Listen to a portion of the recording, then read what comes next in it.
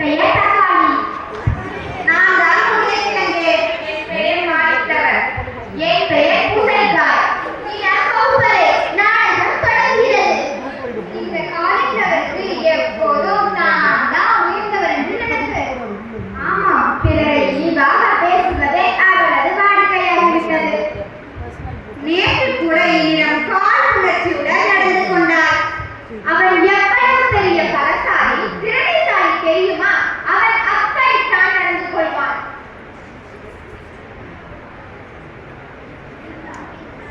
இது தவறான சிந்தனை. இந்த சிந்தனை எப்போதும் உனக்கு நல்லதில்லை. போதும் போதும், உங்கள் அறிவுரையை நிறுத்துங்கள். இவர்கள் எப்போதும் இப்படித்தான். என்ன நடந்தது மாணவர்களே? வகுப்பறை எப்பொழுது போல் இல்லாமல் சலசலப்புடன் காணப்படுகிறது. ஆமா, இரண்டு மாணவர்களுக்கு இடையே உள்ள பிரச்சனை மொத்த வகுப்பறை பிரச்சனையாக மாறியுள்ளது. என்ன பிரச்சனை என்று யாராவது விளக்கமாக கூறுங்களே. நான் கூறுகிறேன் அம்மா. வகுப்பில் ஒரு சில மாணவர்கள் தங்களை பலசாலிகளாக எண்ணிக்கொண்டு மற்ற மாணவர்களை தாக்க முற்படுகின்றனர். ஓ, இப்பிரச்சனைக்கு தாங்களாக தீர்வு சொல்ல வேண்டும். கண்டிப்பாக சொல்கிறேன் தக்காளி. இப்பிரச்சனைக்கான தீர்வை நான் நடத்த போகும் பாடத்திலே உள்ளது. கவனமாக கவனியுங்கள். சரிங்க அம்மா. மனித உடலில் என்னென்ன உறுப்புகள் இருக்கின்றன? கைகள், கால்கள், கண்கள், இதயம், நுரையீரல், மூளை, தோல். அருமை அருமை. சரி, இந்த உறுப்புகள் எதனால் இருக்கின்றன? அம்மா, மனித உறுப்புகள் திசு